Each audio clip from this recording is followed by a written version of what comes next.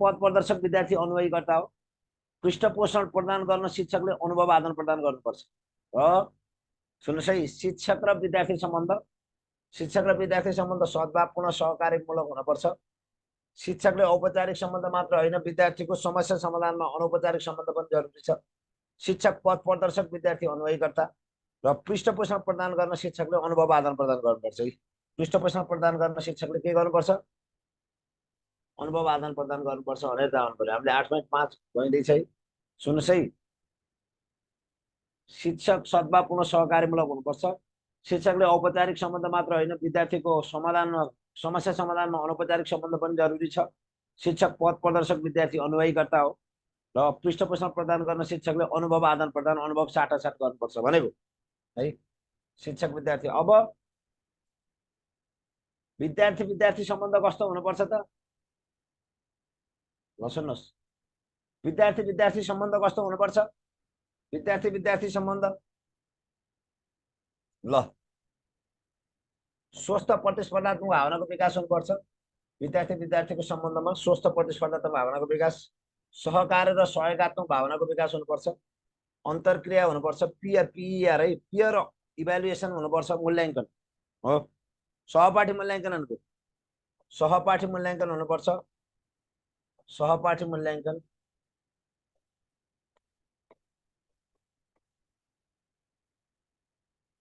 सहपाठी मूल्याङ्कन हुनुपर्छ। समस्या समाधानमा तर्क वितर्क गर्नुपर्छ है। समस्या समाधानमा तर्क वितर्क गर्नुपर्छ। र भाषा, संस्कृति, परम्परा र सिप आदान प्रदान गर्न संस्कार विकास गर्नुपर्छ है। विद्यार्थी विद्यार्थी सम्बन्ध, स्वस्थ प्रतिस्पर्धात्मक भावनाको विकास, सहकारी र सहयोगात्मक विकास, अन्तर्क्रियात्मक, सहपाठी मूल्याङ्कन हुनुपर्छ, समस्या समाधानमा तर्क वितर्क गर्नुपर्छ, भाषा, संस्कृति, परम्परा, सिप आदान प्रदान गर्न संस्कारको विकास हुनुपर्छ है। यो भाषिक कुरा हो नि, यति धेरै भुल्न पर्ने विषय छैन है।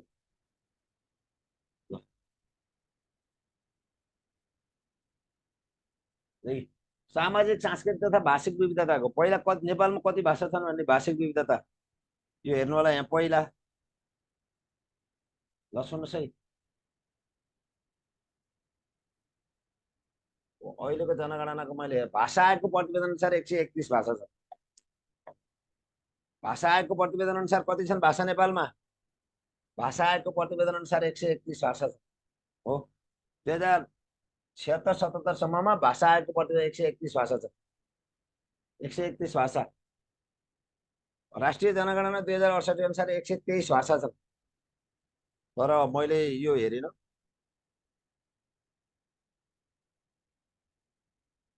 अब राष्ट्रिय जनगणना तपाईँले हेर्नुहोस् है, म यो भोलि भन्छु। राष्ट्रिय जनगणना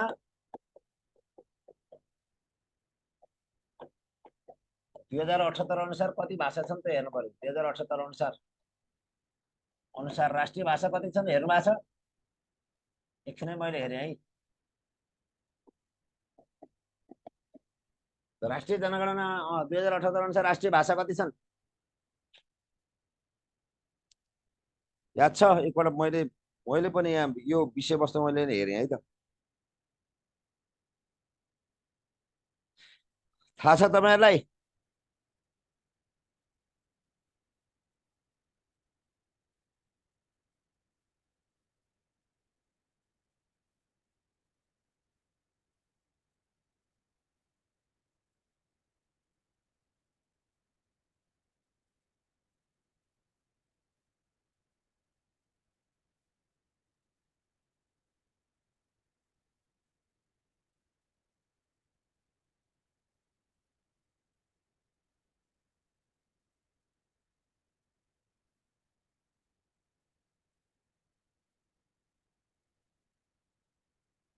ल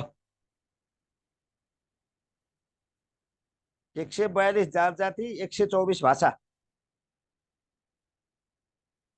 है। राष्ट्रिय जनगणना 142 जात जाति, यो लेख्नुहोस् है, यो लेख्नुहोस् है, यो लेख्नुहोस् त। राष्ट्रिय जनगणना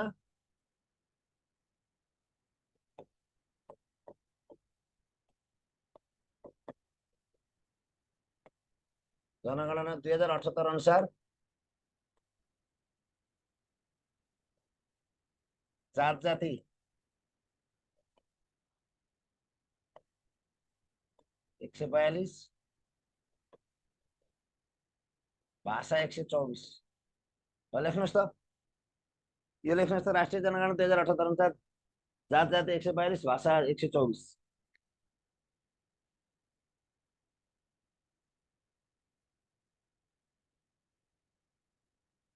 जात जाति 142, भाषा 124 लेख्नुभयो।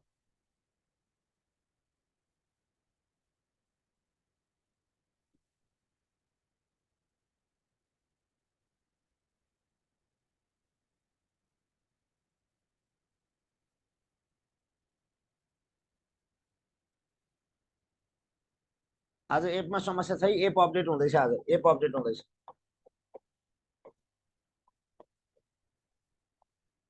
आज एप अपडेट हुँदैछ है, यति भने मैले, हुँदैछ। केही समयपछि एपले काम गर्छ, केही समयपछि एपले काम गर्छ, यति भने मैले। ल, अतिरिक्त क्रियाकलाप त हिजो भनिसकेँ मैले, अतिरिक्त क्रियाकलापहरू। ए, नियमित पढाइ हुने बाहेक विद्यार्थीको चौतर्फी विकास हुनका लागि गरिने विभिन्न क्रियाकलाप। नियमित पठन पाठन बाहेक विद्यार्थीको चौतर्फी विकास हुनका लागि वक्तित्व कला, नृत्य कला, गायन, चित्र हो, चित्रलेखा जति हुन्छन् नि, यिनलाई अतिरिक्त क्रियाकलाप भनिन्छ। अतिरिक्त क्रियाकलापले विद्यार्थीको विविधताको सम्बोधन गर्दै विद्यार्थीको सर्वाङ्गीण विकासमा सहयोग पुर्याउँछ, यो थाहा पाउनु पर्यो। अतिरिक्त क्रियाकलाप ल, विद्यार्थीको शारीरिक, मानसिक, संवेगात्मक सबै विकास गराउँछ। अतिरिक्त क्रियाकलापले विद्यार्थीको सामाजिक हो, भाषिक, सांस्कृतिक हो, संवेगात्मक सबै किसिमको विकास गराउँछ। र अब किन अतिरिक्त क्रियाकलापको आवश्यकता किन छ त हेर्नुहोस्, अतिरिक्त क्रियाकलापको आवश्यकता किन छ, अतिरिक्त क्रियाकलापको महत्त्व यो थाहा पाउनु पर्यो। अतिरिक्त क्रियाकलापको महत्त्व किन छ त, अतिरिक्त क्रियाकलापको महत्त्व र आवश्यकता ल सुन्नुहोस् है। अतिरिक्त क्रियाकलापको आवश्यकता र महत्त्व किन छ त, अतिरिक्त क्रियाकलापको महत्त्व र आवश्यकता विद्यार्थीको शारीरिक, मानसिक, सामाजिक, संवेगात्मक विकास गर्न, विद्यार्थीमा सामाजिक भावना, सहयोग, सहानुभूतिको भावना विकास गर्न अतिरिक्त क्रियाकलापको आवश्यकता हो। सृजनशील र रचनात्मक सोचको विकास गर्न अतिरिक्त क्रियाकलापको आवश्यकता। र यसै गरी सामाजिक मूल्य, मान्यता, गीत सङ्गीत, वेशभूषा परिचित भई तिनको संरक्षण सम्वर्धन कार्य गर्न, सामाजिक मूल्य, मान्यता, गीत सङ्गीत, वेशभूषा परिचित भई तिनको संरक्षण गर्नका लागि पनि, मनोरञ्जन लिन र फुर्सदको समय सदुपयोग गर्न पनि अतिरिक्त क्रियाकलापको आवश्यकता छ। र विद्यार्थीमा लुकेको प्रतिभा पहिचान र प्रस्फुटन गर्न पनि अतिरिक्त क्रियाकलापको आवश्यकता र महत्त्व छ। व्यवहारिक सिकाइमा जोड दिन अनि अनुशासन र सकारात्मक प्रविधिको विकास गर्न यो अतिरिक्त क्रियाकलापको महत्त्व छ भनेर थाहा पाउनु पर्यो है त। विद्यार्थीको शारीरिक, मानसिक, सामाजिक संवेग विकास गर्न अतिरिक्त क्रियाकलापको आवश्यक छ। विद्यार्थीमा सामाजिक भावना, सहयोग, सहानुभूतिको विकास गर्न पनि आवश्यकता छ। सृजनशीलता र रचनात्मक सोचको विकास गर्न पनि आवश्यकता छ। सामाजिक मूल्य, मान्यता, गीत सङ्गीत, वेशभूषाप्रति परिचित भई तिनको संरक्षण सम्वर्धन कार्यमा आबद्ध गराउनका लागि पनि अतिरिक्त क्रियाकलापको महत्त्व छ। र मनोरञ्जन लिन र फुर्सदको समय सदुपयोग गर्न पनि अतिरिक्त क्रियाकलाप आवश्यक छ। विद्यार्थीमा लुकेको प्रतिभाको पहिचान र प्रस्फुटन गर्न अतिरिक्त क्रियाकलापको आवश्यकता छ। र व्यवहारिक सिकाइमा जोड दिन अनि अनुशासन र सकारात्मक प्रविधिको विकास गर्न पनि यो आवश्यक छ भनेर थाहा पाउनु पर्यो है त।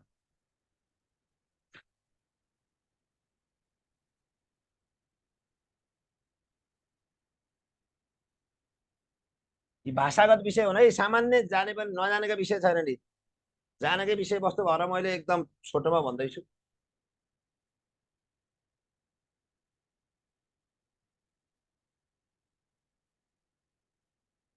ल, अब सहक्रियाकलाप को करिकुलर भनेको के हो त, सहक्रियाकलाप, सहक्रियाकलाप भनेको के हो हेरी आउन सक्छ है।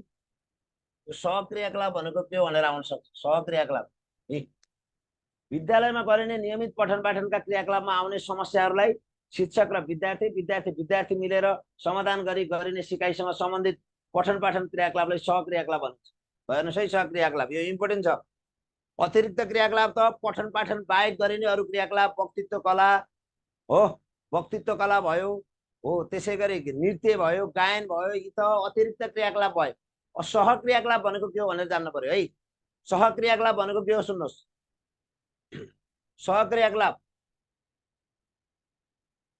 विद्यालयमा गरिने नियमित पठन पाठनका क्रियाकलापमा आउने समस्याहरूलाई शिक्षक विद्यार्थी अथवा विद्यार्थी विद्यार्थी मिलेर समाधान गरिने सिकाइसँग सम्बन्धित पठन पाठन क्रियाकलापलाई सहक्रियाकलाप भनिन्छ। हो, जब पठन पाठनमा समस्या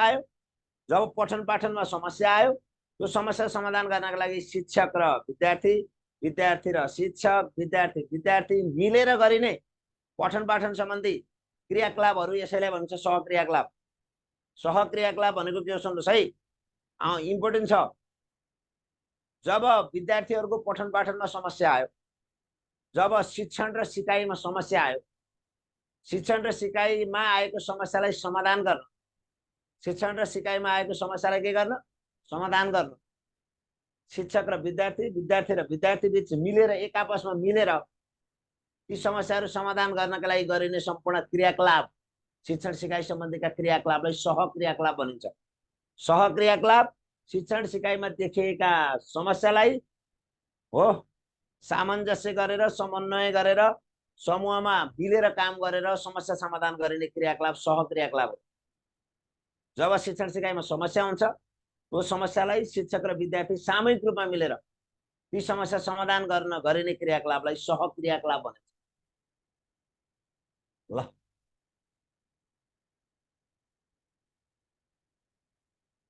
अब यो सहक्रियाकलापको आवश्यकता र महत्त्वलाई हेरौँ। सहक्रियाकलाप किन आवश्यक छ?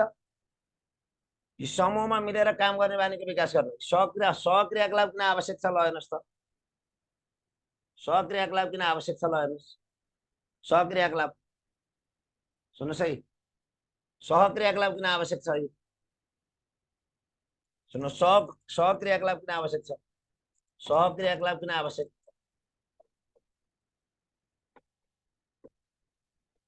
किन आवश्यक छ त? किन आवश्यक?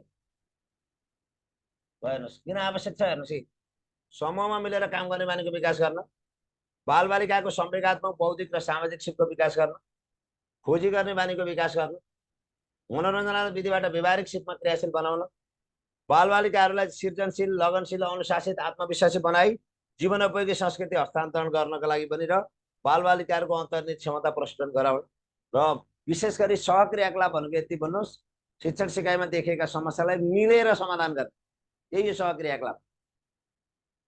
ल,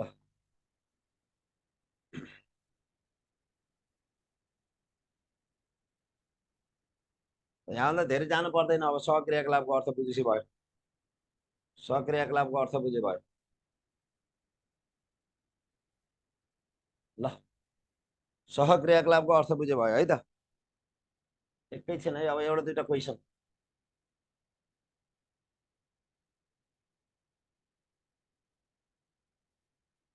एउटा दुईटा क्वेसन है, एकैछिन।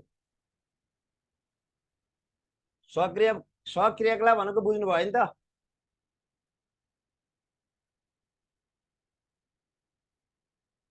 अतिरिक्त क्रियाकलाप र सहक्रियाकलाप बुझ्नुभयो नि त?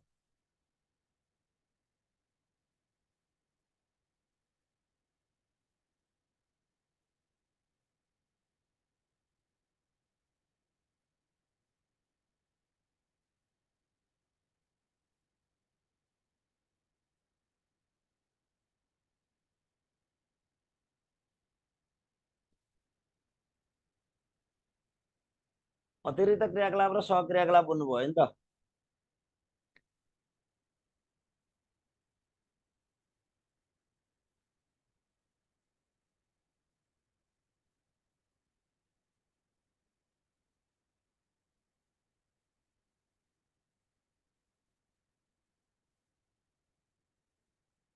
ल है, विद्यालय व्यवस्थापनमा सबैभन्दा कठिन कार्य तलका मध्ये कुन हो? यो कक्षा कोठा व्यवस्थापन होइन है, यो गलत हो। विद्यालय व्यवस्थापनमा सबैभन्दा कठिन कार्य तलका मध्ये कुन हो? ल, विद्यालय व्यवस्थापनमा सबैभन्दा कठिन कार्य तलका मध्ये कुन हो? विद्यालयमा व्यवस्थापन गरिने व्यवस्थापनमा सबभन्दा कठिन कुन हो? विद्यालय व्यवस्थापनमा सबैभन्दा कठिन कार्य तलका मध्ये कुन हो?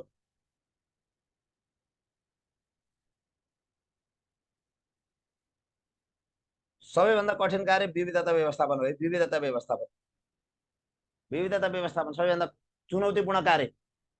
सबैभन्दा चुनौतीपूर्ण कार्य कक्षा कोठा व्यवस्थापनमा सबैभन्दा चुनौतीपूर्ण कार्य भनेको विविधता व्यवस्थापन।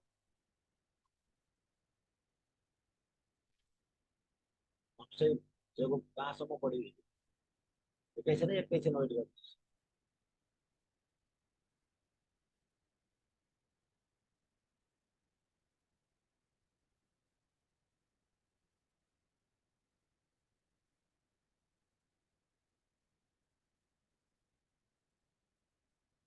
यहाँसम्म पढेकै ल। एउटा शिक्षकले एउटै पिरियडमा एकभन्दा बढी कक्षामा शिक्षण गर्नु कस्तो प्रकारको शिक्षण हो भनेर हिजो पढेको ल सुन्नुहोस् है। ए एउटा शिक्षकले एउटै पिरियडमा एकभन्दा बढी कक्षामा शिक्षण गर्नु कस्तो प्रकारको शिक्षण हो भने यो बहुकक्षा शिक्षण हिजो हिजो यहाँसम्म पढेको ल। बहुकक्षा शिक्षण भनेर पढेको ल 20 ल। विषदको घटना घटनासाथ तत्कालै गरिने खोज उद्धार एवं राहतसँग सम्बन्धित कार्य डट विषद पुनर्लाभ, विषद प्रतिकार्य, विषद जोखिम न्यूनीकरण, सङ्कट व्यवस्थापन। ल भन्नुहोस् ल। विषदको घटना घटनासाथ तत्कालै गरिने खोज उद्धार एवं राहतसँग सम्बन्धित कार्य डट विषद पुनर्लाभ, विषद प्रतिकार्य, विषद जोखिम न्यूनीकरण, सङ्कट व्यवस्थापन।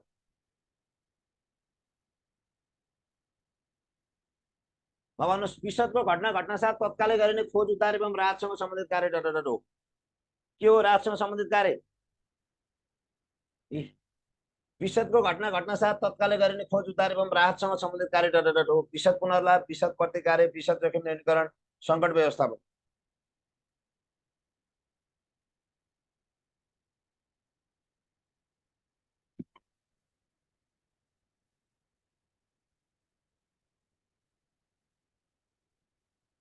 ल विषदको घटना घटनासाथ तत्कालै गरिने खोज उद्धार राहतसँग सम्बन्धित कार्य डट ल हेर्नुहोस् है के रहेछ है। विषद प्रतिकार्य है यो विषद प्रतिकार्य।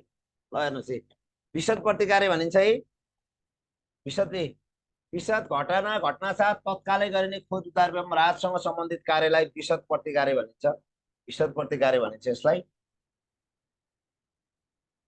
विद्यालयमा द्वन्द्व व्यवस्थापनको सबैभन्दा उपयुक्त रणनीति कुन हो? यो आइएमपी क्वेसन हो है। हेऱ्यो एकदम इम्पोर्टेन्ट क्वेसन।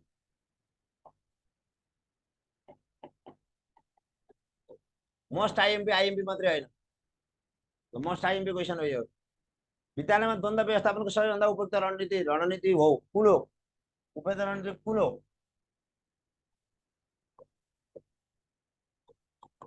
भन्नुहोस् है। विद्यालयमा द्वन्द्व व्यवस्थापनको सबैभन्दा उपयुक्त रणनीति कुन हो? सहकार्यमूलक, सम्झौतामूलक, प्रतिस्पर्धात्मक, इन्कारीमूलक। मोस्ट आइएमपी क्वेसन हो यो। विद्यालयमा द्वन्द्व व्यवस्थापनको सबैभन्दा उपयुक्त रणनीति कुन हो?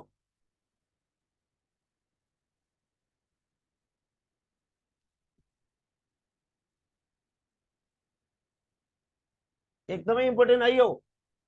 विद्यालयमा द्वन्द्व व्यवस्थापनको सबैभन्दा उपयुक्त रणनीति कुन हो? म सहकार्यमूलक, सम्झौतामूलक, प्रतिस्पर्धात्मक, इन्कारीमूलक। ल मोस्ट आइएमपी क्वेसन। ल हेर्नुहोस् है, ल हेर्नुहोस् है त हेर्नुहोस् है।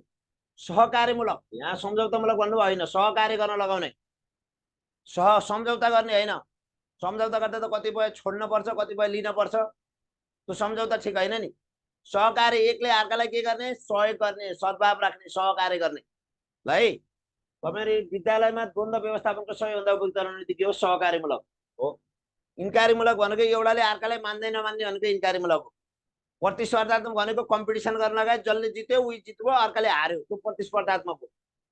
सम्झौतामूलक भनेको एउटा पक्षले केही छोड्ने अर्को पक्षले केही छोड्ने भनेको सम्झौतामूलक भनेको। तर विद्यालयमा सहकार्य एकले अर्कालाई सहकार्य गर्ने, एकले अर्कालाई सहयोग गर्ने, त्यस्तो किसिमको द्वन्द्व व्यवस्थापन गर्नुपर्छ। र विद्यालयमा द्वन्द्व व्यवस्थापनको सबैभन्दा उपयुक्त रणनीति सहकार्यमूलक। सहकार्यमूलक एकदम इम्पोर्टेन्ट छ यो क्वेसन। करिब करिब फिक्सै जस्तो क्वेसन हो यो। मोस्ट आइएमपी हो यो। मैले भनिरहेको छु विद्यालयमा द्वन्द्व व्यवस्थापनको सबैभन्दा उपयुक्त रणनीति सहकार्यमूलक मोस्ट आइएमपी छ।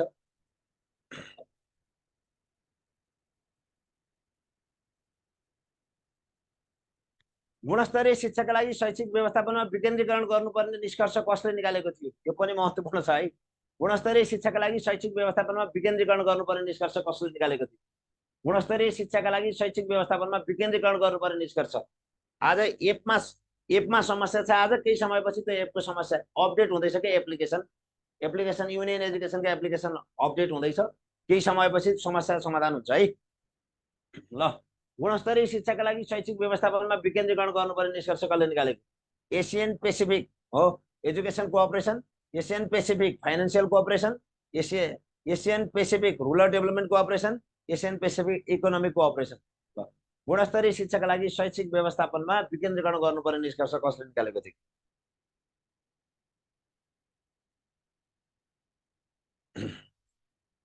यो पनि इम्पोर्टेन्ट क्वेसन हो है। विकेन्द्रीकरणको नीति हो गुणस्तरीय शिक्षामा विकेन्द्रीकरण हुनुपर्छ भनेको। विकेन्द्रीकरण भनेको अर्थ बुझ्नु होला, माथिल्लो तहको अधिकार तल्लो तल्लो तहमा पनि दिँदै जानु, यो विकेन्द्रीकरण हो। ल,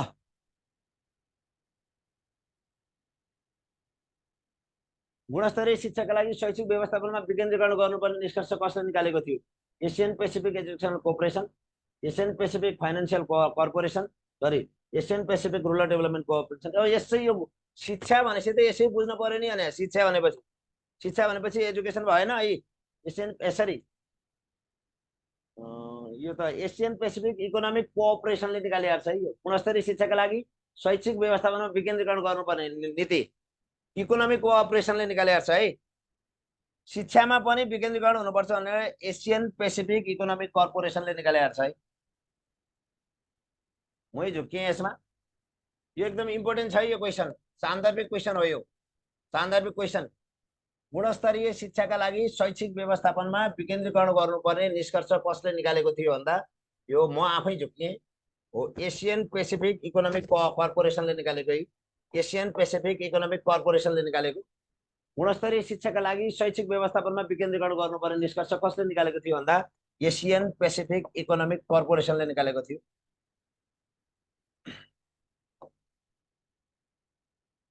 ल, शैक्षिक व्यवस्थापन कस्तो प्रक्रिया पर्दछ? शैक्षिक व्यवस्थापनमा कस्तो प्रक्रिया पर्छ? योजना बनाउने, समस्या समाधान गर्ने, निर्णय दिने, योजना बनाउने, निर्देशन दिने, निर्णय गर्ने र नेतृत्व गर्ने। शैक्षिक व्यवस्थापनमा कस्तो प्रक्रिया पर्दछ? ल भन्नुहोस्, शैक्षिक व्यवस्थापनमा कस्तो प्रक्रिया पर्छ? शैक्षिक व्यवस्थापन भनेको के हो भनेर बुझ्नु पर्यो।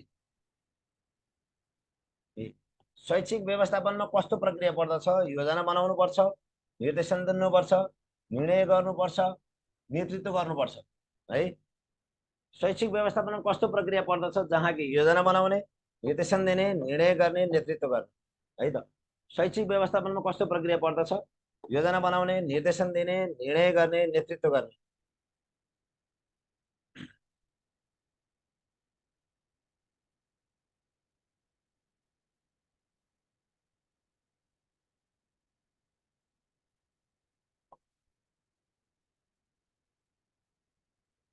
सिकाइ समस्यामा परेका बालबालिकालाई विशेषता तलका मध्ये कुन होइन?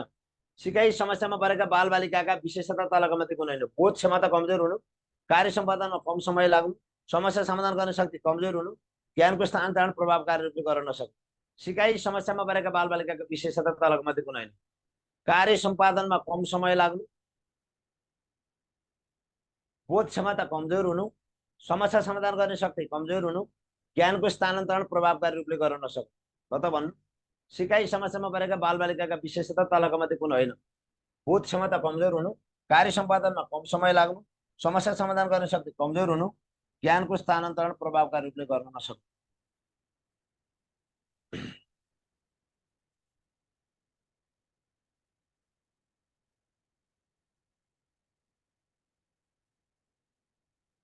ल भन्नुहोस्, सिकाइ समस्यामा परेका बालबालिकाका विशेषता तलका मध्ये कुन होइन?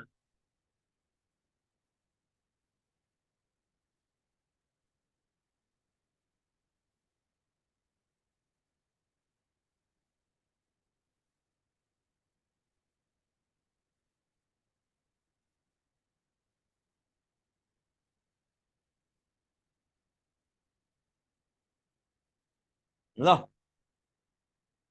सिकाइ समस्यामा परेका बालबालिका विशेषता तलका मध्ये कुन होइन? अब यो त यसै मिलाउने नि। कार्य सम्पादनमा कम समय लाग्नु यो समस्या होइन। कार्य सम्पादनमा कम समय लाग्नु, कार्य सम्पादनमा कम समय लाग्यो भने त कमजोरी नै भएन नि। कार्य सम्पन्न गर्न थोरै समय लाग्यो भने त समस्यै भएन त। ल, व्यवस्थापनको क्षेत्रमा प्रचलित पोस्ट कपका सिद्धान्तका प्रतिपादक तलका मध्ये को हुन्? व्यवस्थापनको क्षेत्रमा प्रचलित पोस्ट कपका सिद्धान्तका प्रतिपादक हुन्? रुसो, मोन्टेस्क्यू, लुथर गुलिक, अब्राहम मास्लो। ल, व्यवस्थापनको क्षेत्रमा प्रचलित पोस्ट कप सिद्धान्तका प्रतिपादक तलका मध्ये को हुन्? रुसो हुन्, मोन्टेस्क्यू हुन्, लुथर गुलिक हुन्, अब्राहम मास्लो हुन्। हिजो मात्रै पढेको क्वेसन हो यो, हिजो मात्रै पढेको क्वेसन हो।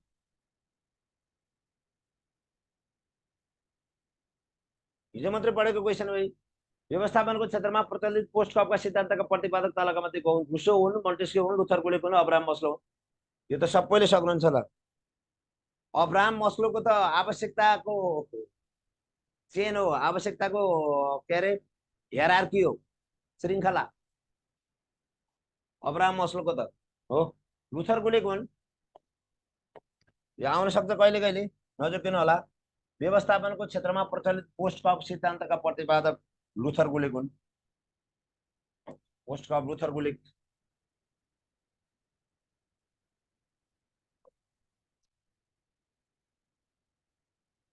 नेपाल विषद व्यवस्थापनका लागि तर्जुमा गरेको राष्ट्रिय कार्ययोजना कहिलेदेखि लागू भयो? अब यो इक्जाममा त डेट तमसा आउँदैन, मैले महत्त्व दिन है। नेपाल विषद व्यवस्थापनका लागि तर्जुमा गरिएको राष्ट्रिय कार्ययोजना कहिलेदेखि लागू गरिएको? यो 1996 92मा भूकम्प, 90मा भूकम्प गयो, 96बाट। नेपालमा विषद व्यवस्थापनका लागि तर्जुमा गरिएको राष्ट्रिय कार्ययोजना कहिलेदेखि लागू गरिएको? सन् 1996बाट। भूकम्प गएको त विक्रम सम्वत 1990मा हो है। ल, तलका मध्ये कुन विषय शिक्षणको कमजोरी होइन? तलका मध्ये कुन विषय शिक्षणको कमजोरी होइन? प्रत्येक विषयमा छुट्टा छुट्टै शिक्षक पाउन कठिन हुनु, शिक्षक र विद्यार्थी सुमधुर सम्बन्ध कायम नहुनु, एउटै कक्षामा निरन्तर शिक्षण गरिरहनु पर्दा शिक्षक र विद्यार्थीलाई दिक्क लाग्नु, शिक्षण बाल केन्द्रित हुनुको सट्टा विषय केन्द्रित हुनु।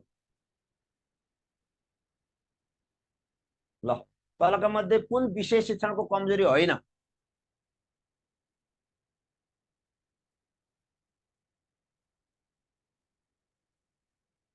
तलका मध्ये कुन विषय शिक्षणको कमजोरी होइन? ल, राम्रोसँग पढ्नु त, यस्तै क्वेसन आउँछन् क्या, यस्तै अलिकति तर्क लगाउने क्वेसन आउँछन् क्या। ए, तलका मध्ये कुन विषय शिक्षणको कमजोरी होइन?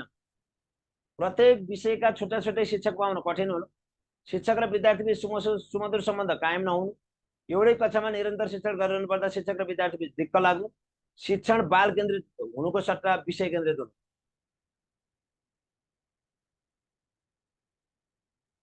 तलका मध्ये कुन विषय शिक्षणको कमजोरी होइन? ल त,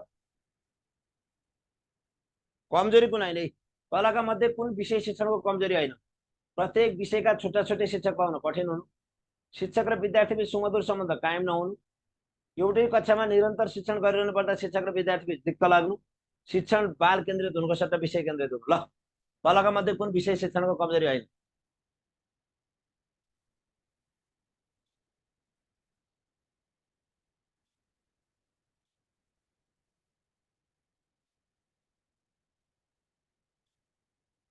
है, एउटै कक्षामा निरन्तर शिक्षण गरिरहनु पर्दा शिक्षक र विद्यार्थी बीच दिक्क लाग्नु होइन। एउटै कक्षामा मात्रै हुँदैन नि, एउटै कक्षा विषय शिक्षण एउटै कक्षामा मात्रै पढाइन्न नि, विषय शिक्षण एउटै कक्षामा मात्रै पढाइन्न, अरू धेरै कक्षामा पढाइन्छ। त्यस कारणले कमजोरी यो होइन। विषय शिक्षण त 6, 7, 8, 9, 10मा पढाइन्छ भनेको कि होइन, एउटै कक्षामा पढाइरहनु त कक्षा शिक्षण हो। त्यस कारणले एउटै कक्षामा निरन्तर शिक्षण गरिरहनु पर्दा शिक्षक र विद्यार्थी बीच दिक्क लाग्नु यो होइन, यो त विषय शिक्षणै होइन, यो त कक्षा शिक्षणको, यो त कक्षा शिक्षणतिर गयो, कक्षा शिक्षणतर्फ गयो। ल, कक्षा शिक्षणतर्फ गयो। तलका मध्ये कुन विषय शिक्षणको कमजोरी होइन? एउटै कक्षामा निरन्तर शिक्षण गरिन्न। विषय शिक्षणमा एउटै कक्षामा निरन्तर शिक्षण गरेर एउटा कक्षामा पढाइन्छ, पिरियड सिद्धिन्छ, अर्कोमा गइन्छ, अर्को कक्षामा पढाइन्छ, पिरियड सिद्धिन्छ, अर्को कक्षामा गइन्छ, एउटै कक्षामा पढाइरहने त कक्षा शिक्षण हो, वर्ग शिक्षण हो।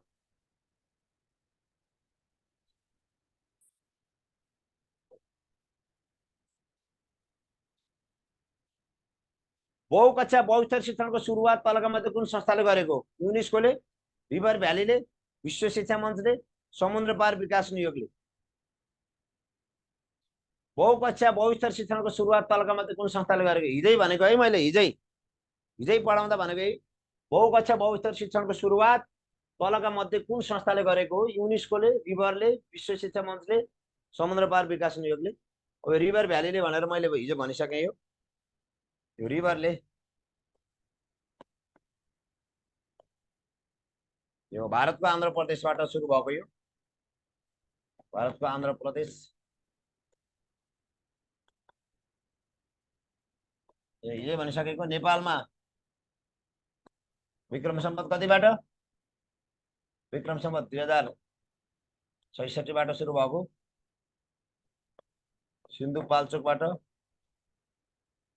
सिन्धुपाल्चोकको विष्णु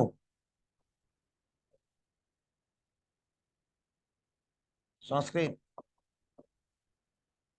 आध्यात्मिक आधारभूत विद्यालयबाट भएको। एउटा क्वेसन सोधेँ है, बहुकक्षा बहुस्तर शिक्षण सानो कक्षामा उपयुक्त हुन्छ कि ठुला कक्षामा?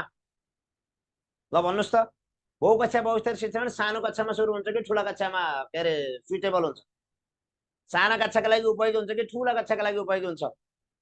साना बालबालिकाहरूका लागि बहुकक्षा बहुस्तर शिक्षण साना बालबालिकाहरूका लागि उपयोगी हुन्छ। साना बालबालिकाहरूका लागि बहुकक्षा बहुस्तर शिक्षणको सुरुवात तलका मध्ये कुन संस्थाले गरेको? रिभरले गरेको। साना बालबालिकाका लागि उपयोग हुन्छ। बहुकक्षा बहुस्तर शिक्षण 4 समूहमा विभाजन गरेर शिक्षण गरिन्छ। व्यवहारिक सिप सिकाइमा जोड दिन्छ बहुकक्षा बहुस्तरले, सहकार्यमा जोड दिन्छ, सञ्चारमा जोड दिन्छ, समन्वयमा जोड दिन्छ बहुकक्षा बहुस्तर शिक्षणले।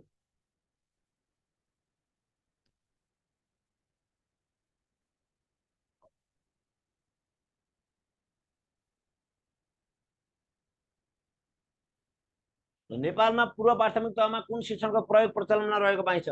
नेपालमा पूर्व प्राथमिक तहमा कुन शिक्षणको प्रयोग प्रचलनमा रहेको पाइन्छ? वर्गविहीन शिक्षण, विशेष शिक्षण, कक्षा शिक्षण, आधारभूत शिक्षण। ल, नेपालमा पूर्व प्राथमिक तहमा कुन शिक्षणको प्रयोग प्रचलनमा रहेको पाइन्छ? वर्गविहीन शिक्षण, विशेष शिक्षण, कक्षा शिक्षण, आधारभूत शिक्षण। नेपालमा पूर्व प्राथमिक तहमा कुन शिक्षण प्रयोग प्रचलनमा रहेको पाइन्छ? ल भन्नु त।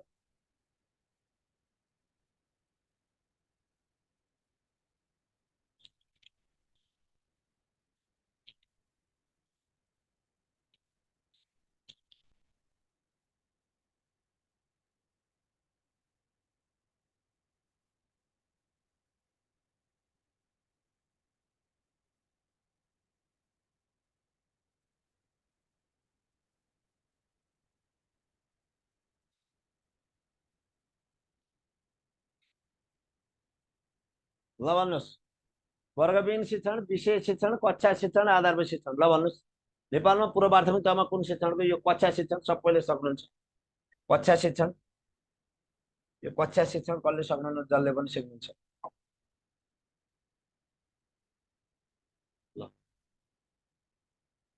ल, तलका मध्ये कुन कक्षा शिक्षणको बेफाइदा होइन? ल त, तलका मध्ये कुन कक्षा शिक्षणको बेफाइदा होइन? एकजना शिक्षक अनुपस्थित हुँदा पुरै कक्षा खाली हुनु, सबै विषयमा निपुण शिक्षक पाउन कठिन हुनु, शिक्षक र विद्यार्थी बीच बलियो सम्बन्ध कायम नहुनु, र शिक्षकले बाँधिएको महसुस गर्नु। ल, तलका मध्ये कुन कक्षा शिक्षणको बेफाइदा होइन? कुन बेफाइदा होइन, फाइदा हो? ल, ल भन्नुहोस् है, तलका मध्ये कुन कक्षा शिक्षणको बेफाइदा होइन?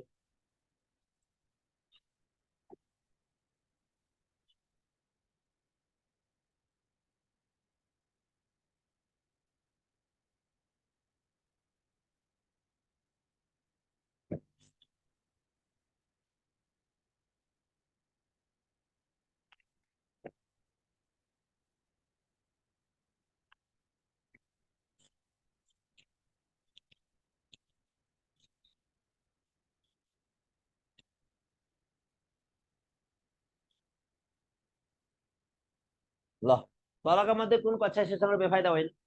एकजना शिक्षक अनुपस्थित हुँदा पुरै कक्षा खाली हुनु, सबै विषयमा निपुण शिक्षक पाउन कठिन हुनु, शिक्षक र विद्यार्थी बलियो सम्बन्ध कायम नहुनु, शिक्षकले बाँधिएको महसुस गर्नु। ल भन्नुहोस्, भन्नुहोस्। ल, हेर कतिले गभर्न, यता हेर्नु नै, शिक्षक र विद्यार्थी बलियो सम्बन्ध कायम नहुनु होइन, बलियो सम्बन्ध कायम हुन्छ, त्यो त हुँदै होइन। ए शिक्षक र विद्यार्थी बीच सम्बन्ध कायम नहुनु होइन, यो त कक्षा शिक्षणमा त बलियो हुन्छ सम्बन्ध। कक्षा शिक्षणमा त शिक्षक र विद्यार्थी बीच बलियो सम्बन्ध हुन्छ भनेको केही नै हिजो निकट सम्बन्ध हुन्छ भनेर पढेको केही न, यो त बेफाइदै होइन। ए शिक्षक र विद्यार्थी बीच बलियो सम्बन्ध कायम नहुनु होइन, कक्षा शिक्षणमा त शिक्षक र विद्यार्थी बीचको सम्बन्ध बलियो हुन्छ। कक्षा शिक्षणमा त शिक्षक र विद्यार्थी बीचको निकटता, शिक्षक विद्यार्थी निकटता भनेको केही नि हिजो शिक्षक विद्यार्थीको निकट सम्बन्ध रहन्छ भनेको केही नि हिजो कक्षा शिक्षणमा।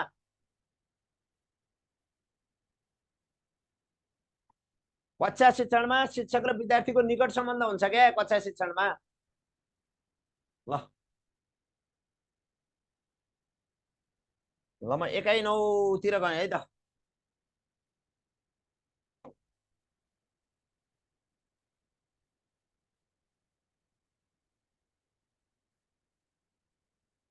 लेखारै बनाए।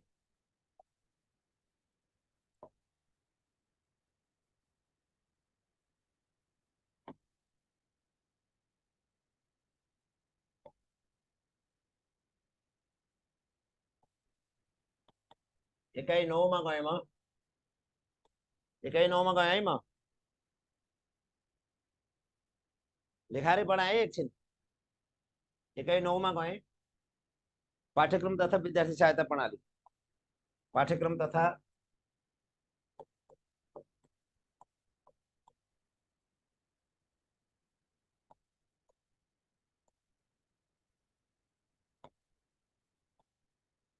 विद्यार्थी सहायता प्रणाली।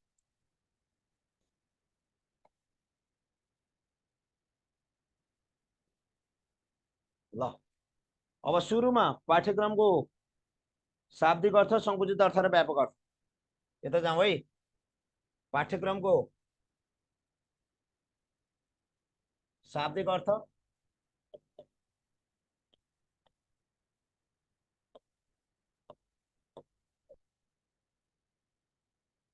पाठ्यक्रमको संकुचित अर्थ,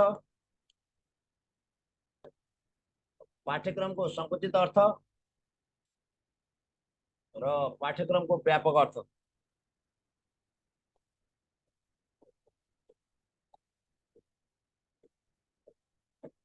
एकाइ 9 गएँ है म।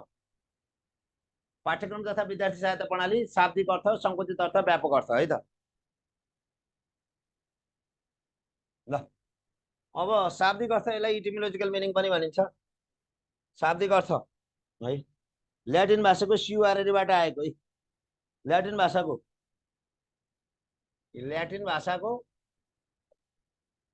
ल्याटिनको CURRE हो, CURRERE क्युर शब्दबाट आएको, जसको अर्थ हुन्छ, यसको अर्थ हुन्छ दौडको मैदान, जसको अर्थ हुन्छ दौडको मैदान।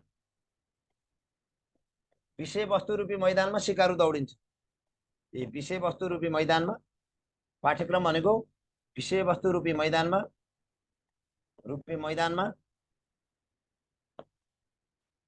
सिकारु दौडिनु, सिकारु दौडनु हो। अब यो पाठ्यक्रमको संकुचित अर्थ भनेको के हो त? पाठ्यक्रम भनेको के हो? पाठ्यक्रम भनेको पाठ्यपुस्तक हो भनेको संकुचित अर्थ हो। पाठ्यक्रमलाई पाठ्यपुस्तकसँग तुलना गर्नु हो। पाठ्यक्रमलाई केसँग? विषय सूचीसँग तुलना गर्नु, यो संकुचित अर्थ। पाठ्यक्रम भनेको पाठ्यपुस्तक भन्नु संकुचित अर्थ हो। पाठ्यक्रम भनेको विषय सूची भन्नु यसको संकुचित अर्थ हो। पाठ्यक्रम भनेको पाठ्यांश, सिलेबस हो। पाठ्यक्रम भनेको के रे? पाठ्यक्रम भनेको पाठ्यांश, पाठ्यांश भनेको सिलेबस हो। यो चाहिने संकुचित अर्थ हो है। पाठ्यक्रम भनेको टेक्स्ट बुक भनेको पनि करिकुलमलाई टेक्स्ट बुकसँग तुलना गर्नुपर्ने संकुचित अर्थ हो। पाठ्यक्रमलाई कोर्स अफ स्टडीसँग तुलना गर्नुपर्ने संकुचित अर्थ, र पाठ्यक्रमलाई सिलेबससँग हो, करिकुलमलाई सिलेबससँग तुलना गर्नुपर्ने यसको संकुचित अर्थ है। र पाठ्यक्रमको तर्फ जाँदैछु। अनि व्यापक अर्थ,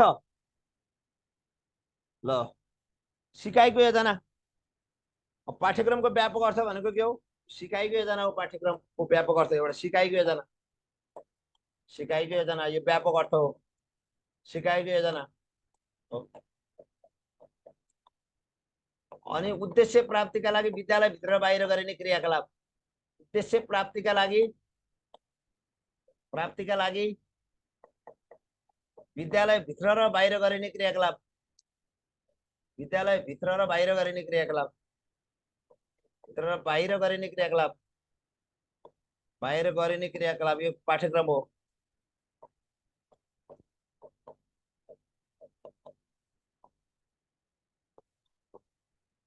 उद्देश्य प्राप्तिका लागि विद्यालय भित्र र बाहिर गरिने क्रियाकलाप यसलाई पनि के भन्छ व्यापक अर्थ।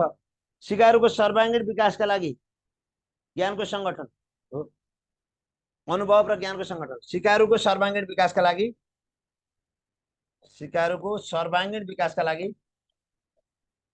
सिकारुको के का लागि सर्वाङ्गीण विकासका लागि अनुभव र ज्ञानको संगठन गर्नु। अनुभव र ज्ञानको संगठन। ज्ञानको संगठन गर्नु पनि के भयो हो। ज्ञानको संगठन गर्नु पनि यसलाई भनिन्छ व्यापक अर्थ। सुन्नुहोस् है।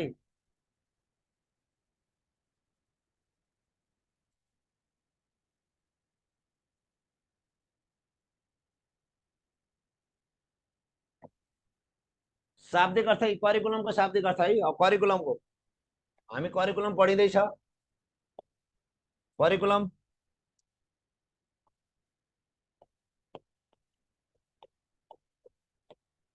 करिकुलम करिकुलम पढिँदैछ। करिकुलमको शाब्दिक अर्थ सियुआरआरईबाट आएको दौडको मैदान जसको अर्थ विषयवस्तु रूपी मैदानमा सिकारु दौडिनु। पाठ्यक्रमको संकुचित अर्थ भनेको पाठ्यक्रमलाई पाठ्य पुस्तक भन्नु संकुचित अर्थ हो। पाठ्यक्रमलाई विषय सूची भन्नु संकुचित अर्थ हो। पाठ्यक्रमलाई पाठ्यांश भन्नु संकुचित अर्थ हो। र पाठ्यक्रमको व्यापक अर्थ पाठ्यक्रम भनेको सिकाइको योजना हो यो व्यापक अर्थ हो। पाठ्यक्रम भनेको उद्देश्य प्राप्तिका लागि विद्यालय भित्र बाहिर गरिने क्रियाकलापको समष्टिगत रूप पाठ्यक्रम भनेको यो बृहत अर्थ हो अथवा व्यापक अर्थ हो। र सिकारुको सर्वाङ्गीण विकासका लागि अनुभव र ज्ञानको संगठन गर्नु पाठ्यक्रम भनेको यो पनि बृहत अर्थ हो। पाठ्यक्रम व्यापक अर्थ।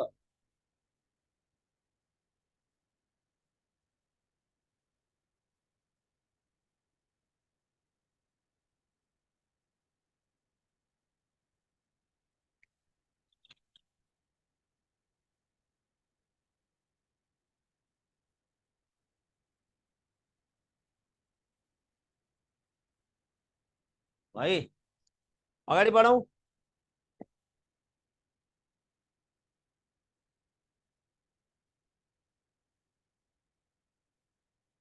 अगाडि बढे है त।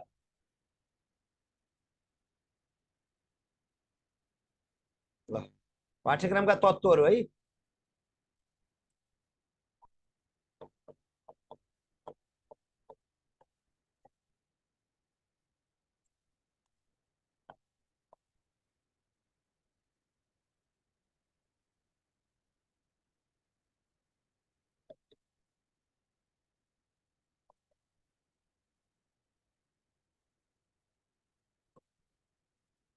पाठ्यक्रमका तत्त्वहरू उद्देश्य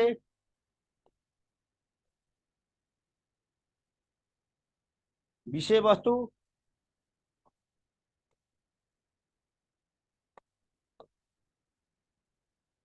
शिक्षण सिकाइ क्रियाकलाप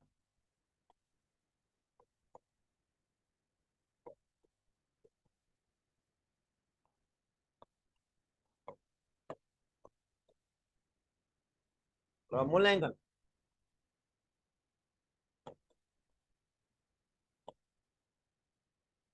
ल है मूल्याङ्कन।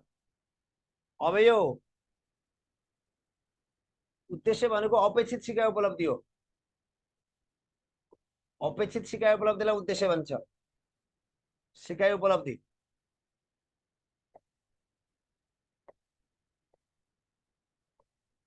अपेक्षित सिकाइ उपलब्धि हो। यो पाठ्यक्रमको महत्त्वपूर्ण तत्त्व हो। यो पाठ्यक्रमको महत्त्वपूर्ण तत्त्व महत्त्वपूर्ण तत्त्व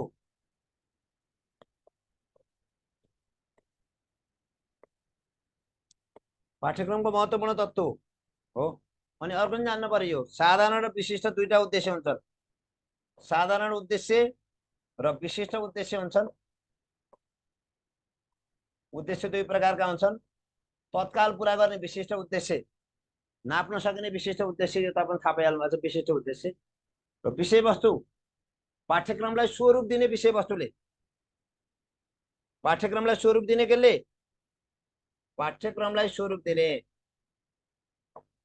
पाठ्यक्रमलाई स्वरूप अथवा आकार दिने, पाठ्यक्रमलाई स्वरूप अथवा के दिने, स्वरूप वा आकार दिने, आकार दिने विषयवस्तुले हो। विषयवस्तु र सकेसम्म विषयवस्तु छनौट गर्दा समकालीन समाजलाई जोड दिनुपर्छ। विषयवस्तु छनौट गर्दा, विषयवस्तु छनौट गर्दा समकालीन समाजलाई सबैभन्दा बढी जोड दिने के हो? विषयवस्तु छनौट गर्दा सबैभन्दा पहिला समकालीन समाजलाई जोड दिनुपर्छ। समकालीन समाजलाई जोड।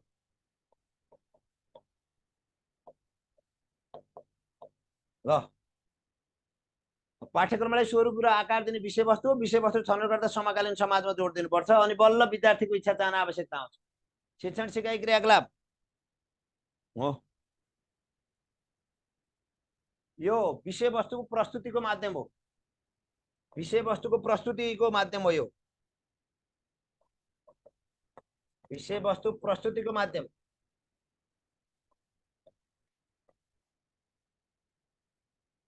प्रस्तुतिको माध्यम हो। शिक्षण सिकाइ क्रियाकलापको आधुनिक मान्यता अनुसार शिक्षण सिकाइ क्रियाकलापले सिकाइमा सिकारुको पुनः सहभागी गराउनुपर्छ। शिक्षण सिकाइ क्रियाकलापले, शिक्षण सिकाइ क्रियाकलापले बालमैत्री हुनुपर्छ, बुझिहाल्नुभयो। सिकाइ क्रियाकलापले आधुनिक मान्यता अनुसार सिकाइमा सिकारुको पुनः सहभागिता गराउनुपर्छ। क्रियाकलापले सिकाइमा सिकारुको पुनः सहभागिता गराउनुपर्छ। सिकाइमा सिकारुको पुनः सहभागिता गराउनुपर्छ।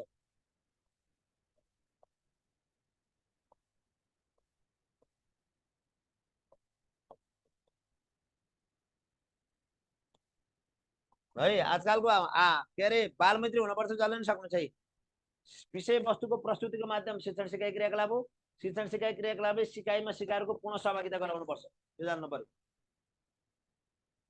अब मूल्याङ्कनले उद्देश्य प्राप्तिको सुनिश्चितता गर्नुपर्छ। हो, उद्देश्य प्राप्तिको सुनिश्चितता गर्नुपर्छ। मूल्याङ्कनले उद्देश्य प्राप्तिको मापन, प्राप्तिको लेखाजोखा, प्राप्तिको लेखाजोखा, लेखाजोखा गर्नुपर्छ। लेखाजोखा हो, तपाईले थाहा पाउनु भएको छ। सकेसम्म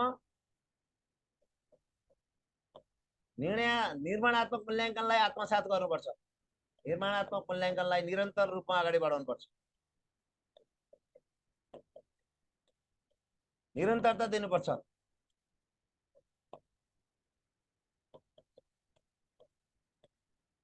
उद्देश्य प्राप्तिको लेखाजोखा हो, अपेक्षित सिकाइ उपलब्धिको लेखाजोखा हो।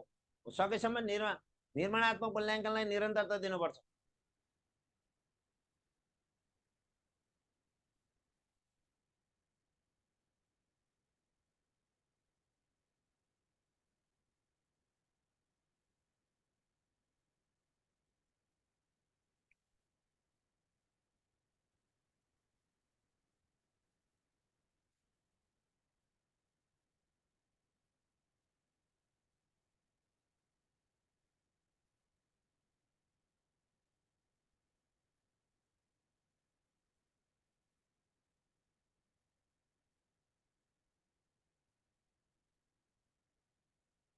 हिल्डा तावाका अनुसार पाठ्यक्रमका तत्त्व कतिवटा छन्?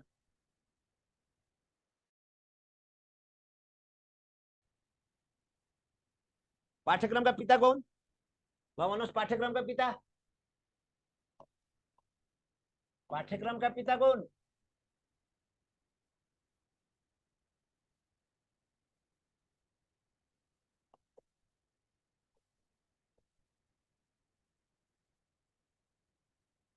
Ralph W Tyler. पाठ्यक्रमका पिता राल्फ डब्ल्यू टेलर है। पाठ्यक्रमका पिता राल्फ डब्ल्यू टेलर।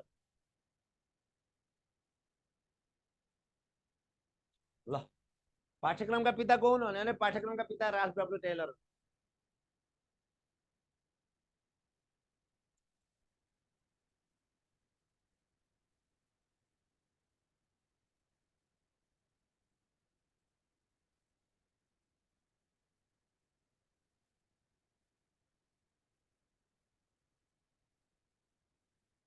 अगाडि बढौं।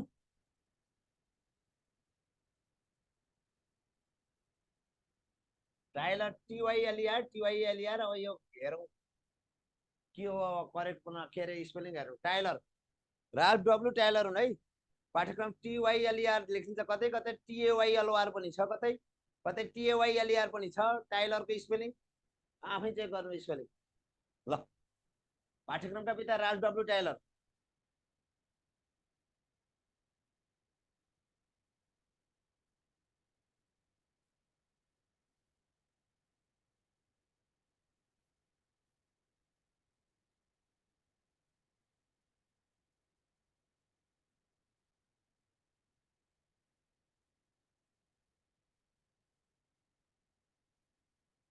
अगाडि बढौँ, अगाडि बढौँ साथी हो।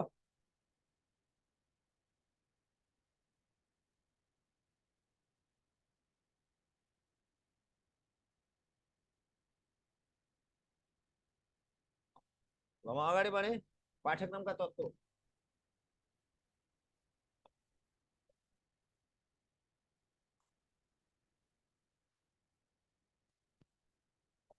हिल्डा तावाका अनुसार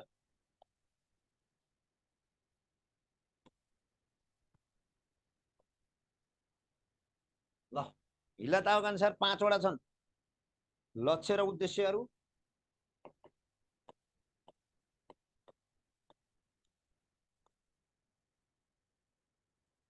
नम्बर 2 विषय सूची, स्रोत र सामग्री।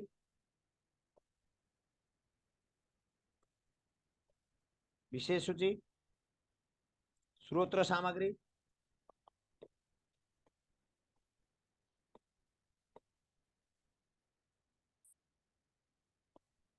4 क्रियाकलाप, 5 मूल्याङ्कन।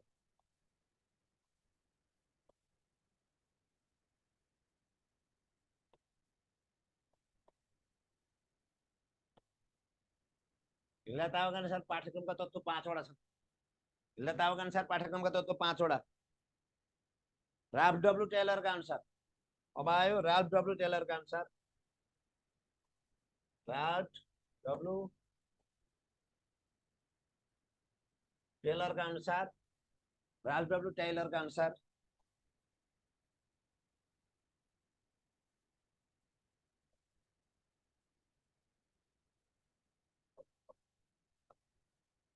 र राल्फ डब्ल्यू टेलरका अनुसार पाठ्यक्रमका तत्त्व उद्देश्य, विषय वस्तु, कार्यनीति र मूल्याङ्कन।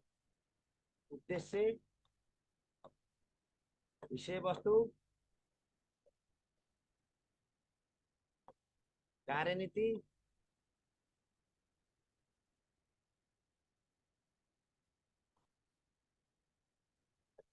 र मूल्याङ्कन। राल्फ डब्ल्यू टेलरका अनुसार। अब एन्ड्री निकोल्सका अनुसार, एन्ड्री निकोल्सका अनुसार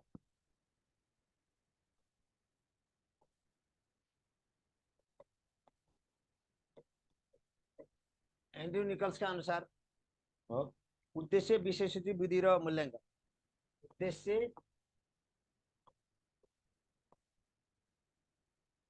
विषय सूची, विधि र मूल्याङ्कन। ल, तर पाठ्यक्रमका युनिभर्सल युनिभर्सल तत्त्वहरू के हुन्? पाठ्यक्रमका युनिभर्सल तत्त्व उद्देश्य, विषय वस्तु, शिक्षण सिकाइ क्रियाकलाप र मूल्याङ्कन।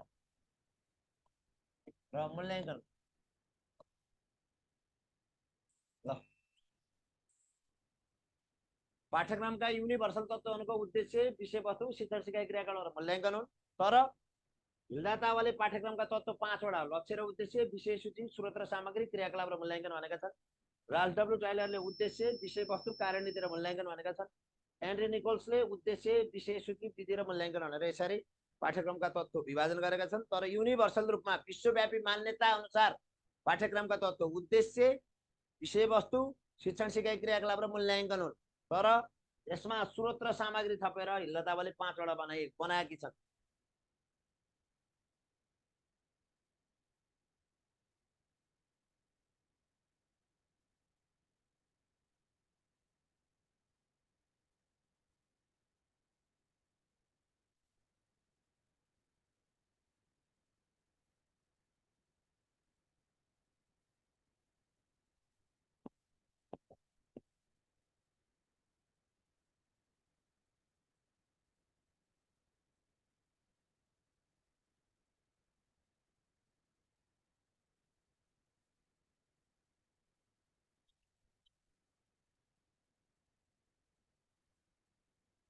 ल